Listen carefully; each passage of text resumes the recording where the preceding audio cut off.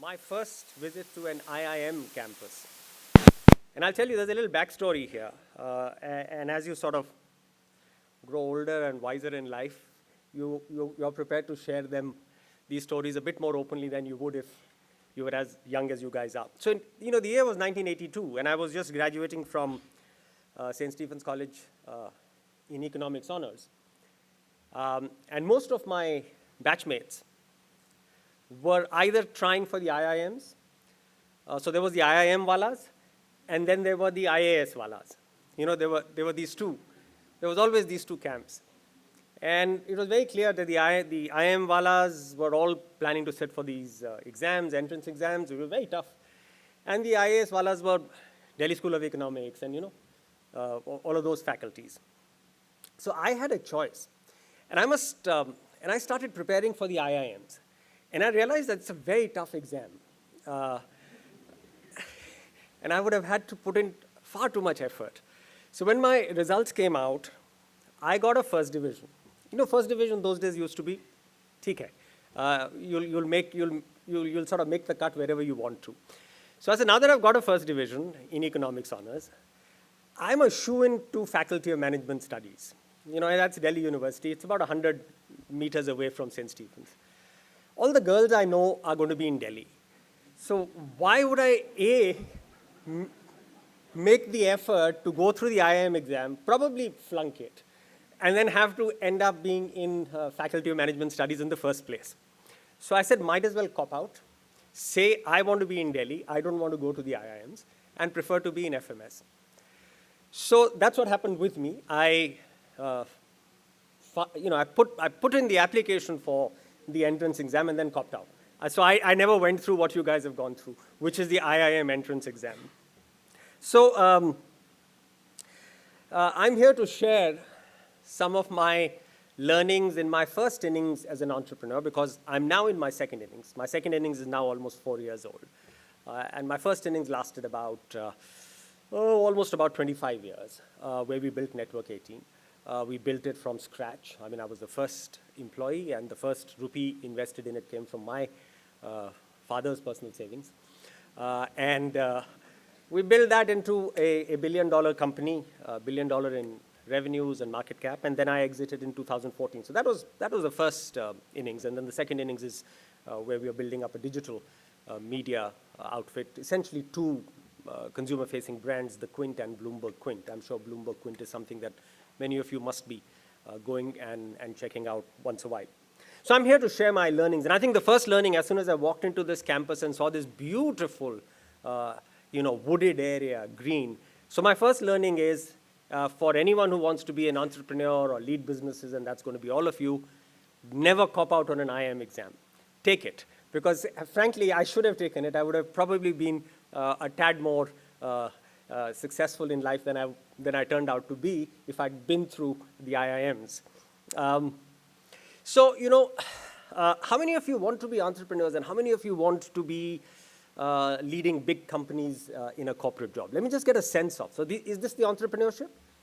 These are the guys who want to be entrepreneurs? That's almost 70% of you. Wonderful.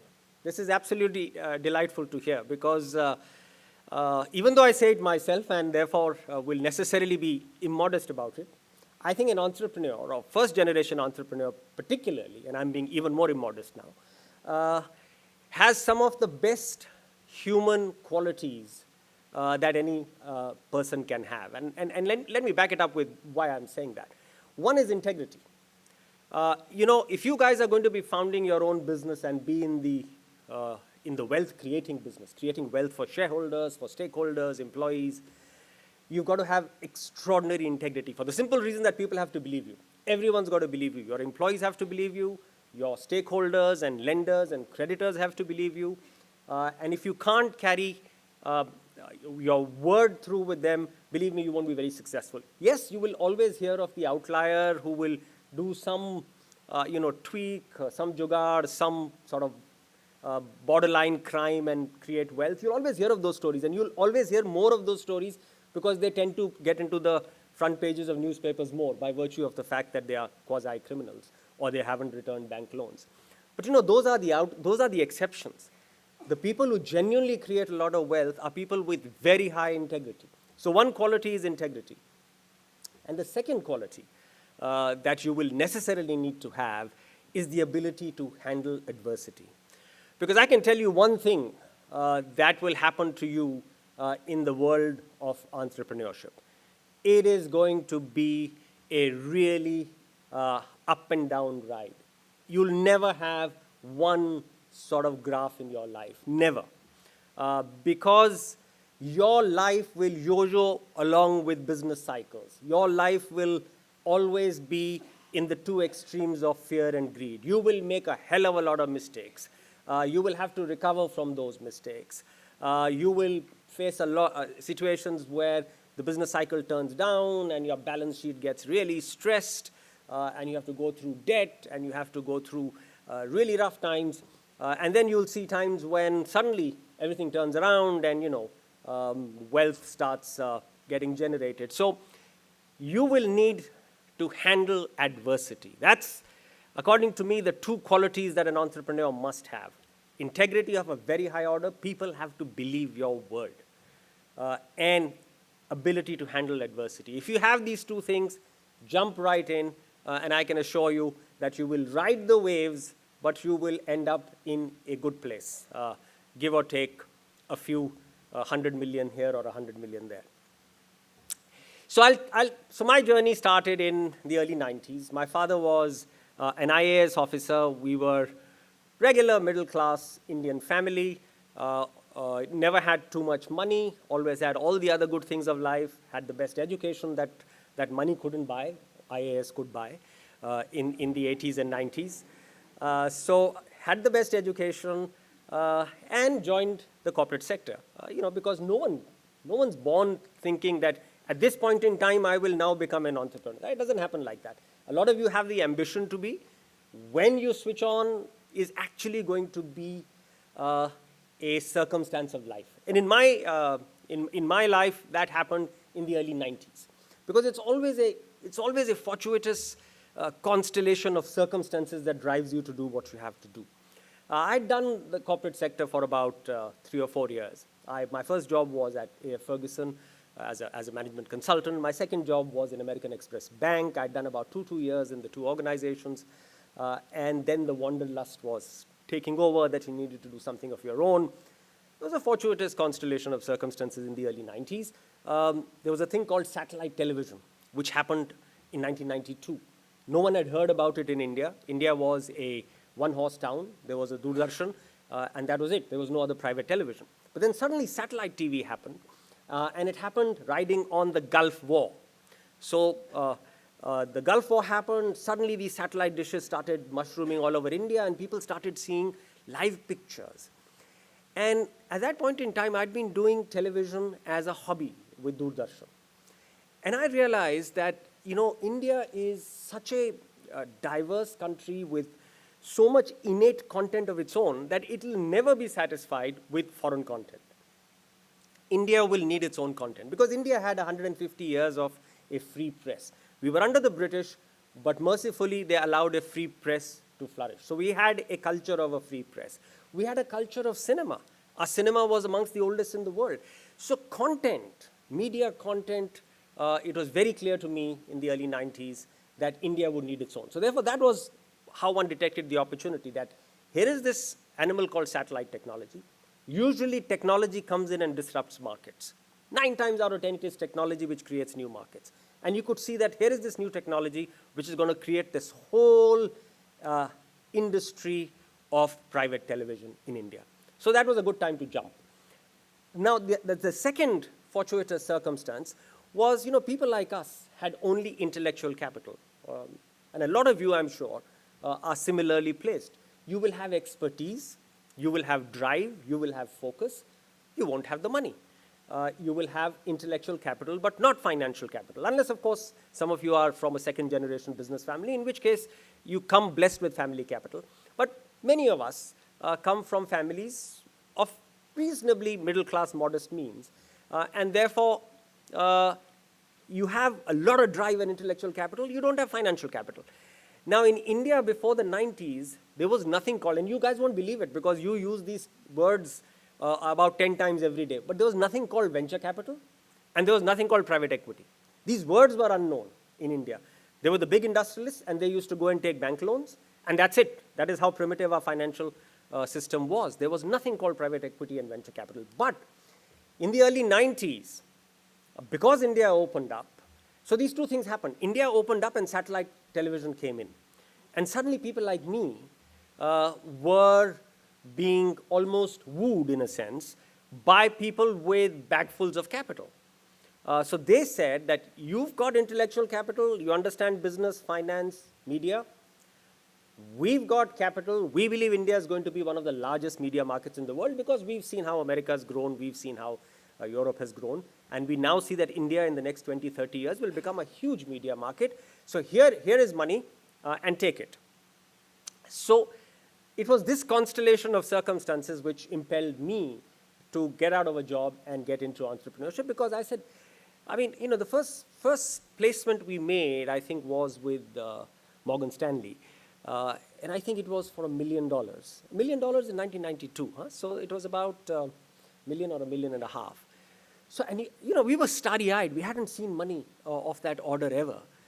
And I said, my God, is someone willing to give me $1 million to go and create television content? I mean, either that someone's taken leave of his senses, or if I say no, then I'm going to take leave of my senses. So I said, well, you might as well pick up this capital. Now, that's my first learning as an entrepreneur. And I think you guys who are going to be starting out at some stage will, when you pick up private equity and external capital for your ventures. You know, when you're a first-generation person, you don't understand the value of equity. You believe equity is the cheapest form of financing because the guy is giving you risk capital. He's not asking it back. So, you know, it's free. So in your very simplistic mind, equity is free. Actually, equity is the most expensive form of capital because equity never comes back. It's a one-way street. Once you've sold it, it's gone. You've sold a part of your company away. So I'm not saying don't do it. You have to do it to grow. You need external capital. But remember, equity is the most precious form of capital. If you can build your business in the initial stages with capital from any other source but external equity, do it to the extent you can. Do it to the limit you can. Stretch yourself to be able to do maximum without external equity. And then, once you've got your business going somewhere, you've got the proof of concept, you've got initial customers, you've got revenue flows, then give your equity, but don't give it away cheaply. So that's my first learning, and my first learning that I share with you guys. You think it's free, actually it's not. Because, you know, it's a very inverse correlation with business success. As you're more successful, equity becomes even more exponentially valuable. So you've seen, right, how companies, you know, the really successful companies quote at 40 times earnings, 50 times earnings. So every 1 rupee that you earn extra in earnings, your equity goes up by 50 times. So equity is a very expensive form. It never comes back. You be very careful when you do that. So that was my first lesson. But anyway, we got $1 million from Morgan Stanley. Business was aplenty. India was growing. Zee TV was launched. Sony TV was launched. BBC, Star, all of these networks were launched in the early 90s. And we had more work than we could handle. And therefore, we expanded frantically. And we expanded in two streams. One was in creating content for other TV channels, and the other was creating business news, specialized business news content for BBC. And then I made my second mistake. And I think it's important for you guys to never make that mistake. You know, you read it in textbooks, but when you actually end up running real businesses, you realize how easy it is to get trapped in this mistake. The contracted programming business model is episodic. It's not you're not getting revenues from a brand which are perennial. You are getting contracted to produce 13 episodes, 26 episodes. It is episodic. So you should always address a variable revenue product with a variable cost line, right? Common sense. But no, when you are on a roll and business is coming in more than you can handle, you believe this is going to last forever. And therefore, you start creating fixed cost structures to actually handle variable revenue products. And that's a cardinal mistake, because it never continues forever. Nothing ever continues forever. And suddenly you find business sort of plateauing, because suddenly there's a mushrooming of mom and pop shops. There's a mushrooming of individual directors, individual cameramen, who all become content creators because there's a mad need for content. And suddenly you, who've set up a corporate structure with a high fixed overhead cost base, suddenly you realize that business is now being taken away at lower cost by these mom and pop shops.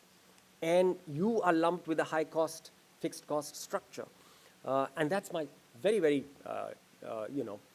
terrible second lesson, because we had this fixed cost structure, business plateaued, and we had no other option but to lay off people.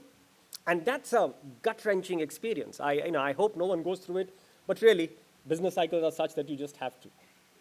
It's a gut-wrenching experience to lay off people, because you think, people think that the person who's being laid off is the person who's suffering.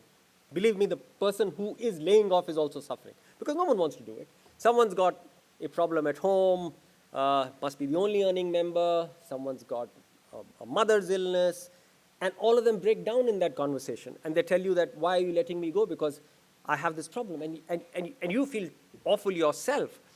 But you have no other way, because if you don't let go of that person, the cash is going to come to an end, and you'll be laying off many more people on a much bigger scale.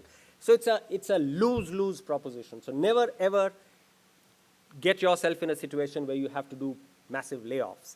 Having said that, business cycles are such that you'll always be confronted with these terrible Hobson's choices. Anyway, my second lesson, never address a variable cost business with a fixed cost model. The third sort of lesson I learned very quickly was, we were doing very well in the world of business news programming. So our BBC show was really doing well. I was anchoring it. It came on a Sunday. It went globally, So suddenly you met someone in London who would say, oh, I see you on Sunday. And you say, wow, what a celebrity. You can be seen in London. So we were doing very well there. But we were then approached by a Wall Street Journal company, which was Asia Business News in Singapore, along with the Hindujas, to become a three-way JV partner to launch India's first business news, live business news channel. And, we were again thrown. We were small. We were tiny at that point in time. Must have been a, sort of 3 or 4 crore rupees of revenue line, maybe 5. But when the Hindujas, and on one day I meet the CEO of Wall Street Journal, Singapore. The other day I meet Mr. S.P. Hinduja. And I said, what the hell is this? These are big guys who want to do a JV with us. So we did the JV. But, we were like, we were just 4, 5 years old in the world of business. And as I said, 3 or 4 crores in top line. And completely overawed by the stature of the two people sitting across the table with me. And we just signed on anything that came our way. We just signed the joint venture agreement. We didn't have the stature or the financial wherewithal to engage good lawyers. And we said, who the hell needs lawyers? These are such, terrific, large global corporations. And that was a mistake. Because joint venture negotiations are no charity. Joint venture negotiations, each party looks out for their interest. And that's the way it should be. You must maximize your interest. But you need a good lawyer, for God's sake, who can interpret that dense language that comes in those contracts. Third big lesson, never enter a joint venture negotiation without a good lawyer. It was a bad breakup. In any case, three-way JVs are, I don't know what textbooks tell you these days, but don't work. Two partners are fine. The minute, they say colloquially, three becomes a crowd and two's intimacy. So just stick to 2. Three-way JVs just don't work. So anyway, that JV just collapsed by about late 90s. But luckily, ABN, which was then entered into a joint venture with CNBC in Singapore, luckily they realized that we were the good guys who had done a lot of good work on the ground. They said, fine, why don't you continue to be our business partner? And now it's going to be a 2-way JV. So that's how CNBC TV18 was launched. This is late 90s. And we became the partner. But we told them that, you guys, in India, you can't ever make India into a successful territory for yourself if you're going to do 2 hours of programming every day. Won't work. You have to have a 24-hour service. And they said, again, I love to say this one line because it just tells you how sometimes these large corporations miss the woods for the trees. So their assessment was that India is a max $1 million business market. And I sort of did a double take. I said, India can't be a $1 million business news market. Huge country. It's going to become a very big economy. But, remember, this is late 90s. No one was really so excited about India, except for us. So they said, fine, if you want to build a business, go right ahead. We'll franchise you our brand. We'll franchise you our content. You go build. You take the risk. You build. You put in the equity. We said, fine, we'll do it. And, that's when my 4th big lesson in entrepreneurship, that good luck happens. This is 1999, and the markets are on a tear. This is the technology boom. Every company is getting valued at 50 times top line. Forget bottom line. No one is bothered about bottom line. 50 times top line is how companies are being valued in that phase. And we have this lovely large brand with us. And we said, let's be opportunistic. These are markets which are so high. Let's go out and pick up capital. So we did an IPO. We did an IPO which was fantastically successful. We raised a very large amount of money. And that's my 4th lesson. Be opportunistic. Do not wait to say, it's going to get better. Well, if things are going swimmingly for you, markets are good, your business is good, go and pick up equity at a very hefty premium, which is exactly what we did. So finally, after 8 years of being a first-generation struggler, we had a listed company, we had equity capital in the bank, we had a great brand to work with, and we said, fine, now let's build a business. So from 2000 to 2005, I would rate that as amongst the strongest periods that we did as an entrepreneur. We hunkered down, we put our head down, and we said, let's make this whole CNBC TV18 channel a big success. And that's what we did. It went from, I think, about 10 crores of revenue in 2000 to 100 crores of revenue in 2005. It was operating at almost 30 to 35% EBITDA margins, throwing up very sensible amounts of cash. We remained very disciplined for those 5 years. We had a very strong balance sheet. We had lots of equity capital. And when I turn around and think that was possibly the most stable and the strongest phase of our operations. But you know how it is. We are human beings. We start thinking we are supermen. And it's 2005. The markets are going absolutely crazy. I don't know how many of you have memories of 2005-06. The markets were going crazy. They were, globally, everyone was rah-rah. India was growing at 9%. And everything was just so easy to pick up capital. I mean, I'll tell you the name of a company which came to us and said, here, take capital. It was a company called Lehman. And they said, come, we're ready to finance you with $50 million of structured product. And we said, wow, now this is getting really exciting, structured product. So we took that loan. It was on very good terms. Little did we know what was happening behind. All of these loans were getting packaged into subprime paper and prime paper. And you know how 2008 happened. I'm talking to a business class, so I'm sure you guys have studied a lot. And coincidentally, 14th of September, 10 years ago is when Lehman collapsed. That's another story. Anyway, so we said, okay, now nothing can go wrong. Let's go build a really big business. Let's take on ZTV and Star TV. And so we went on an incredible expansion drive. CNN IBN was launched. IBN 7 was acquired. Home Shop 18 was launched. Viacom 18 joint venture was done. Colors was launched. Moneycontrol.com was expanded. Suddenly from a 100 crore rupee company in 2005, we were on our way to becoming a 5,000 crore rupee revenue company in 4 or 5 years. So, well, thank you. But now comes the twist in the tail. Because until 2008, everything is fine. We've got capital. We've built these great brands, colors launches and colors launches within, so CNN and IBN launches, and within 3 months, I think it becomes the number one, takes over NDTV 24/7. Colors launches, and within 6 months is number one, overtakes Star Plus. So things are going fantastically, except for the fact that we are in a very severe investment phase, and our losses those days in 2008 are about 2 crore rupees a day. Now, I'm saying losses because I'm talking to a bunch of students. If I was talking to shareholders, I would say investments. We are making investments of 2 crores a day. But since I'm talking to students, it was losses. But you know, you could finance it because there was plenty of capital coming our way. The brands were doing very well.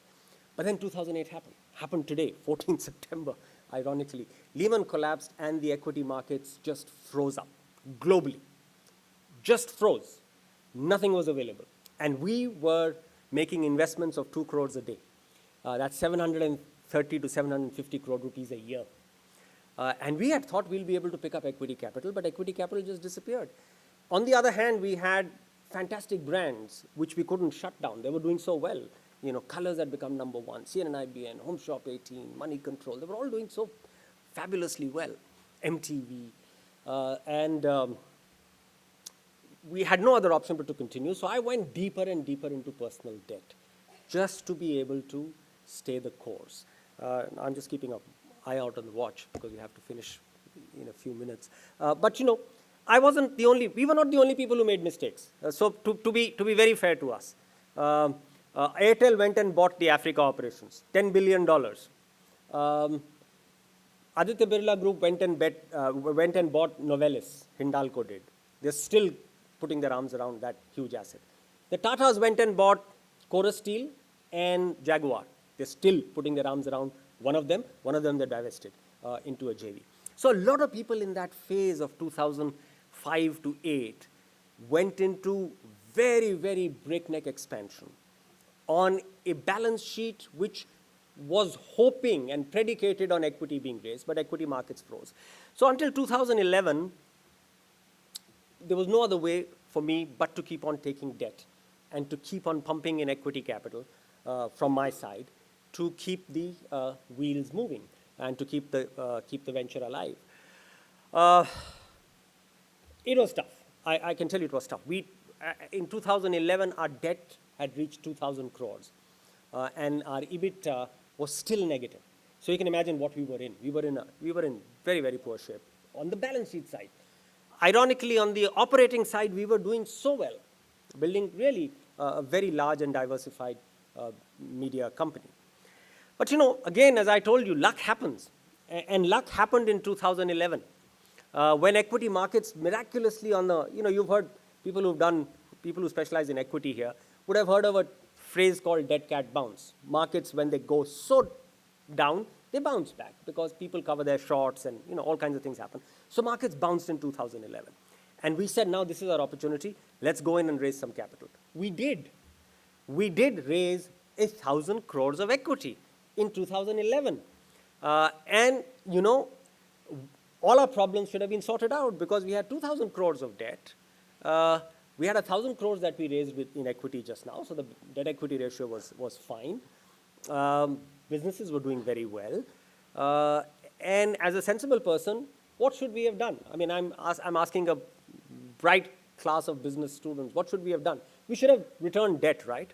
We should have pared our debt down and then maybe sold a few assets because equity markets had gone up, asset values had gone up.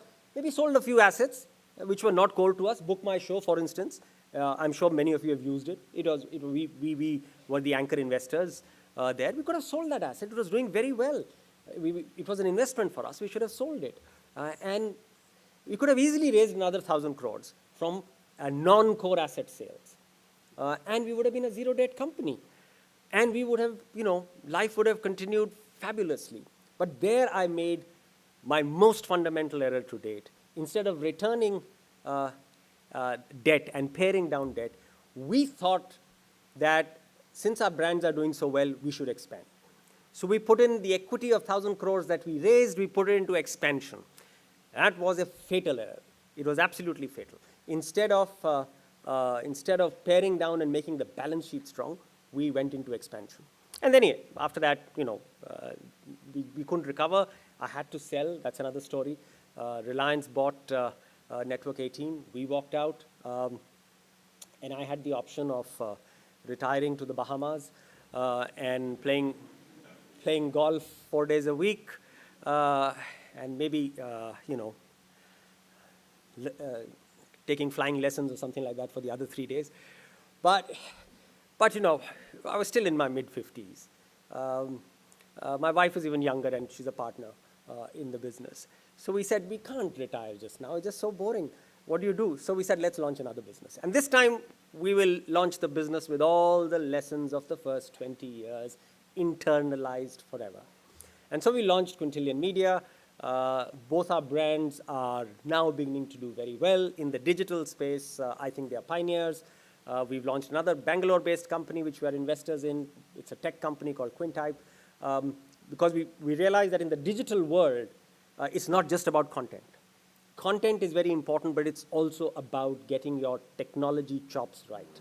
So we needed to have a bunch of engineers who would create great tech. So, and since it's a tech company, we said we geographically located in Bangalore. So it's right here.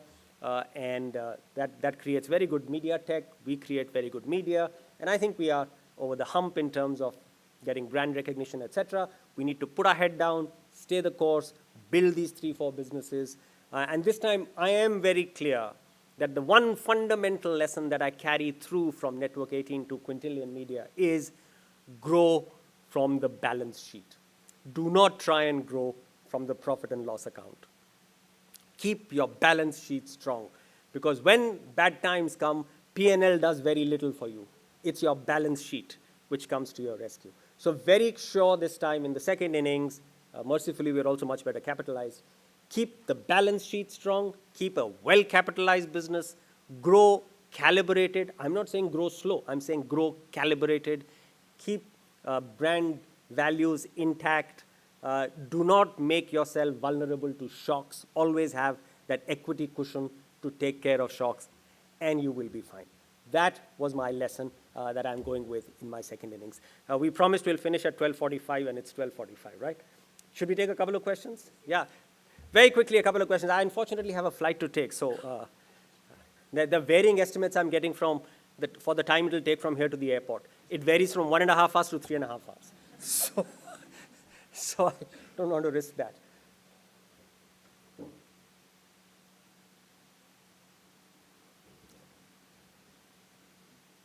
Yes, there's a gentleman there.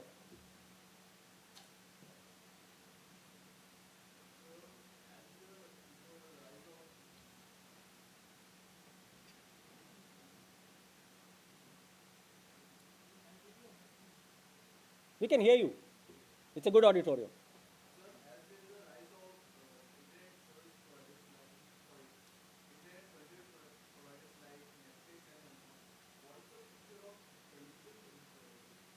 Oh, existential question you've asked, my friend. Absolutely existential question you've asked. So, yes, I think Netflix it has changed the game in several ways. Because it's not just a technology company, it's not just a content company. It's a fantastic content and technology company. And I think that gives you the answer. Every media company will have to get a very, very strong technology component into the way it distributes its content. They'll have to become master storytellers. Netflix produces some of the best content. So I think the marriage of content and technology is real. On a slightly more, my own personal conviction, that when it comes to information and news content, that will move entirely to the handheld device. We will start getting almost 100% of our information from the handheld device, because it's a one-on-one interaction with the content. When it comes to large format entertainment, long entertainment, not short entertainment, which is again handheld device, 3 minutes, 4 minutes, AIB kind of videos, 5 minutes, 6 minutes, that's all still very intermittent handheld. But when it comes to large screen entertainment, then I think the game will be between the mobility and the static screen. It'll be equally divided. There'll be times when you want to go and watch something with your family, your friends, you will go and enjoy the large screen experience. There are times when you just want to watch Netflix binge on the weekend, and that's an intimate small screen experience. And finally, when it comes to live events, news and sports, live, when something is breaking, then clearly television wins. By television, I mean linear live signal.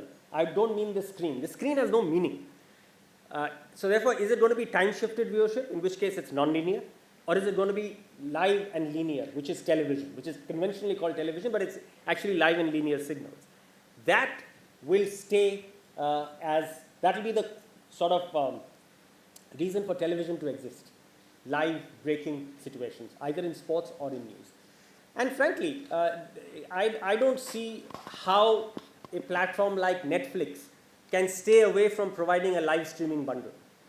So all of these things will happen in the next half a decade. Netflix, you'll be able to do your time-shifted viewership, and you'll be able to get live streaming video, possibly on YouTube as well, possibly on Amazon as well. So ultimately, we will get all our content on static devices, mobile devices, and we will choose how you will see them. So therefore, television, when we don't think of TV as a screen anymore, television is live streaming video. And that will survive in this special situation. Thank you, sir. Thank you. Yes, we just take one more question, please. What if that 3-hour guy estimate turns out to be right? I have a problem.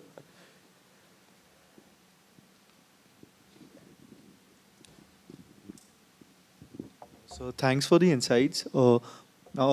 Most of your insights were more financial and in terms of day-to-day operations. So my follow-up to this is, if you had to expand Viacom 18 and say make it a diversified media conglomerate, say something like how Disney operates, how would you have done that? Okay, so interesting point you've raised. When you're a first-generation entrepreneur and your focus is on how do I meet my salary bill on the 31st, you can't be very strategic. You take your opportunities as they come. It doesn't sound very fanciful, right? But you can't be. Strategy comes at a particular scale when you've reached that way. And we had reached that scale in Network 18 now. Earlier, we were only bothered about meeting our commitments. That, our loan payments should happen on the due date, our salary should go out on the due date, our vendors should be paid on the due date, we should be getting good audiences. That's it. 4 things we used to worry about, and not a 5th thing. Having now reached a stage where we needed to think strategically, I think Viacom 18, is very clear that it has to become a media tech company. It has to improve its tech chops a hell of a lot. Today, I think I don't, once you go away, you go away. So I don't look at the details of Network 18 group anymore. I'm not even a shareholder. But my sense is that there are now about 50, 60 TV channels, and in regional spaces as well as national spaces. So they'll have to, become a mini Disney-like player. But keep in mind that even Disney today is struggling with a Netflix. I mean, the most powerful combination in the world would be Disney buying Netflix, if that were to ever happen. Or Disney's already bought Fox, which means now Hulu, they'll have to build Hulu, because now they have, I think, 60 or 70% of Hulu. They'll have to build Hulu into a Netflix competitor. If they don't, if Hulu fails, then all bets are off on what happens between these two. Who buys who? I don't know. Okay, guys, thank you very much. I just need to run. It's been a pleasure to have you in the audience. Thank you.